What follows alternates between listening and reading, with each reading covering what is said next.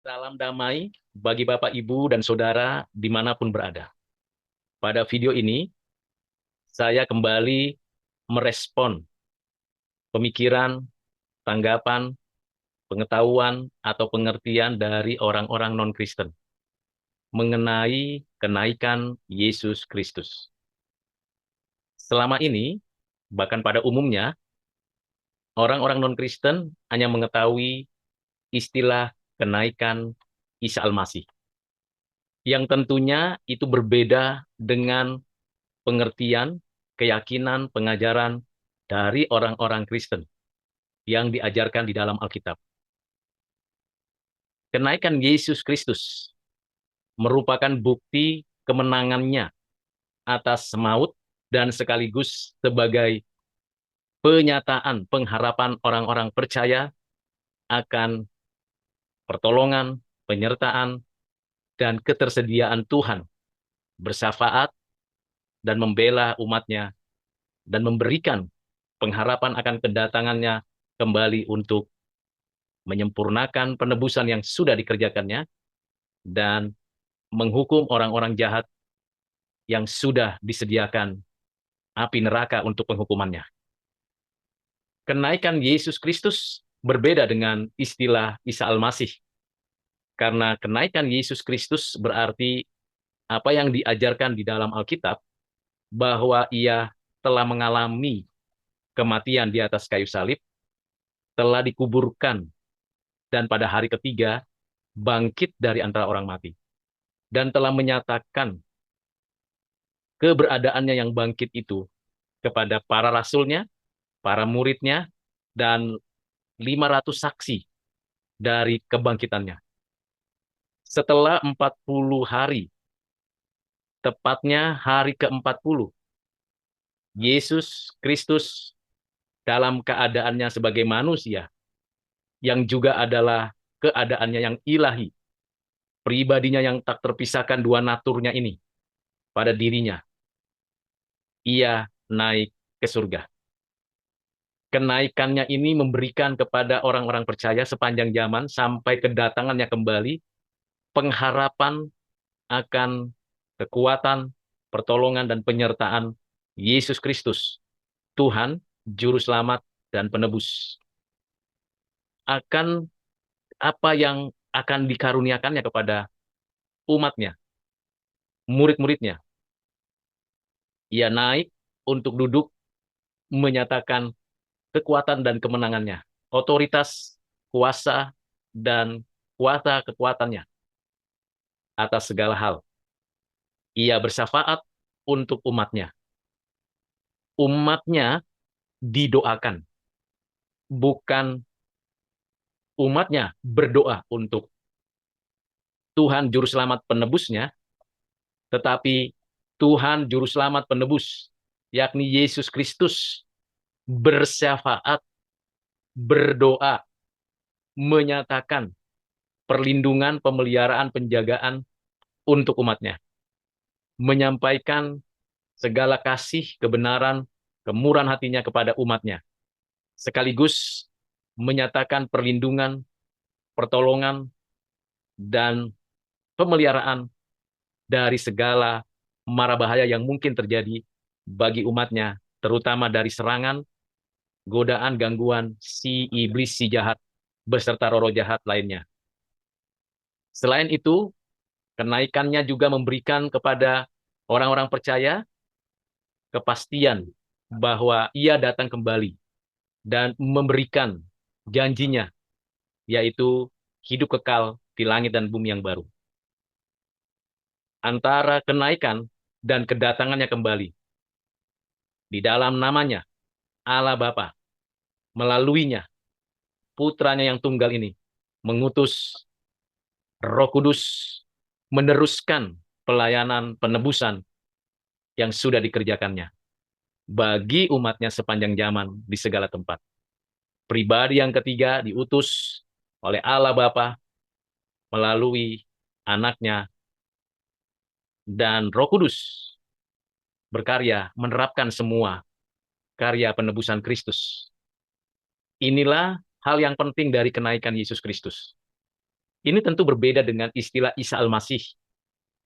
Karena pada istilah itu masih ada keraguan. Apakah Isa Al-Masih bangkit atau tidak? Betul-betul ilahi atau tidak? Masih ada kekaburan pengertian. Karena istilah itu ada di luar terminologi pengertian dari Alkitab. Sehingga respon terhadap orang-orang non-Kristen, unbeliever, berkaitan dengan penamaan kenaikan Isa Al-Masih, tentunya ditolak dan tidak diterima. Mengapa?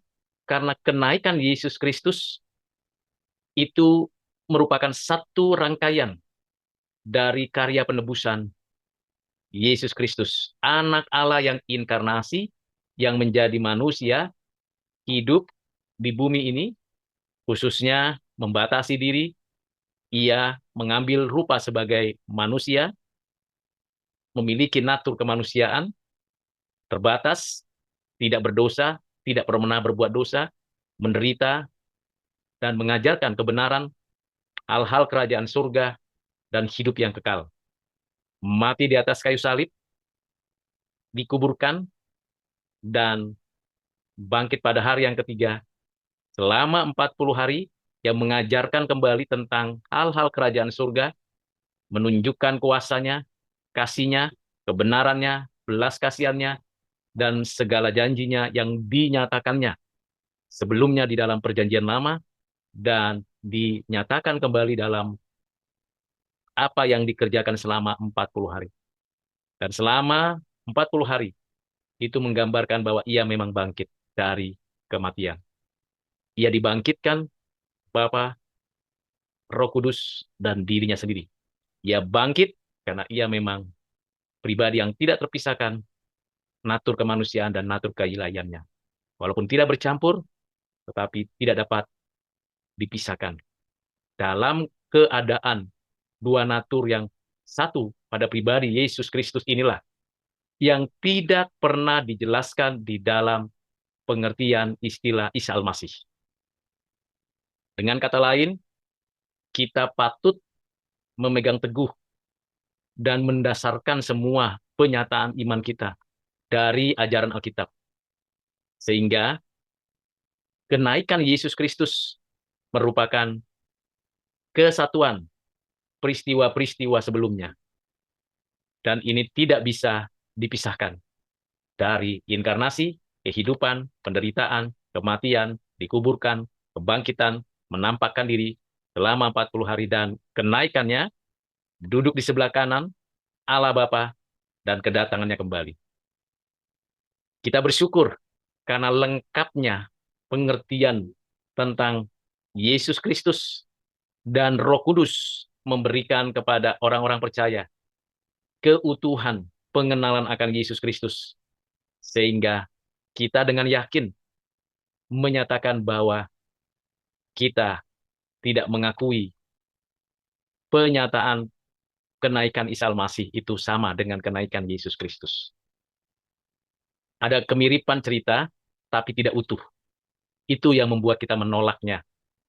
Selain itu, di dalam seluruh ajaran Alkitab, dalam satu kesatuan, pribadi anak Allah yang telah menyatakan dirinya pada perjanjian lama dan menyatakan dirinya melalui inkarnasi yang dituliskan dalam perjanjian baru, memberikan suatu penjelasan akan pribadi Yesus Kristus ini yang tidak ada di dalam penjelasan mengenai nama Isa Al-Masih, unbiblical view. Karena itu, Bapak, Ibu, dan Saudara, respon terhadap non-Kristen ini penting, karena kita memiliki dasar iman berdasarkan Alkitab yang adalah firman Tuhan Allah kita. Kiranya kita semakin memantapkan diri kita dengan kuat kuasa Roh Kudus yang memberi pencerahan bahwa kenaikannya menjadikan kita terus kuat, terus maju, menjadi saksi-saksi Kristus. Pada waktu ia naik, disaksikan oleh para rasulnya, 11 muridnya, Karena satu muridnya yang mengkhianati, menjualnya, dan mati bunuh diri, yaitu Yudas Iskariot, tidak menyaksikan kenaikan Yesus Kristus. Bahkan tidak menyaksikan kebangkitan Yesus Kristus. 11 rasul ini menyaksikannya. Dan dengan terangkat tangannya tetap terbuka, memberkati, menyertai, menolong, menopang rasul-rasul, para murid, dan kita sekalian umatnya untuk terus menyaksikan kasih kebenaran Allah dalam berbagai bidang kehidupan kita. Karena kita telah diutusnya sebagai anak-anak terang, sebagai anak-anak garam. Dimanapun kita berada, kita menghadirkan damai, dan kita menjadi peacemaker. Tapi di lain pihak, kita juga harus tahu bahwa ada banyak pihak yang non-Kristen menggeser dan mencoba untuk memasukkan interpretasinya, pemaknaannya yang di luar ajaran Alkitab mengenai penamaannya yang penting dan bernilai itu. Sekali lagi, mengapa kita menolak kenaikan Isa Al-Masih? Karena istilah itu mirip dekat dengan istilah kenaikan Yesus Kristus, tetapi berbedanya bukan hanya pemaknaannya, tetapi juga adalah konteks historisnya, keutuhan kisahnya yang tidak ada di dalam keyakinan mengenai Isa Al-Masih. Nama boleh agak mirip, tetapi kisahnya berbeda, pribadinya berbeda. Mengapa berbeda? Karena kisahnya berbeda. Kalau kisahnya sama, mengapa perlu lagi kitab lain di luar Alkitab? Tentu tidak perlu, karena kisah Yesus Kristus sudah lengkap diinspirasikan oleh Allah. Inilah kisah yang sejati yang sesungguhnya, yang dapat ditelusuri historisitasnya, yang dapat dibuktikan penyataan-penyataannya, dan dapat disaksikan di dalam kehidupan orang-orang percaya sepanjang zaman di segala tempat sampai kedatangannya kembali. Hal yang perlu ditegaskan bagian ini, karena ini nantinya menyangkut juga dengan Roh Kudus yang dicurahkan dan kedatangannya kembali. Karena kalau namanya sudah beda, orangnya beda, cerita kisahnya beda, maka kesenambungan kisah yang ada dalam Alkitab juga akan berbeda. Kiranya dengan penjelasan yang singkat ini menjadi jawaban atau respon terhadap non-Kristen mengenai kenaikan Yesus Kristus. Kiranya Tuhan menolong Bapak, Ibu, dan Saudara, dan saya untuk terus menjadi saksi Kristus dengan penuh kesabaran, kerendahan hati, dan kelemah lembutan. Tuhan memberkati kita sekalian. Amin.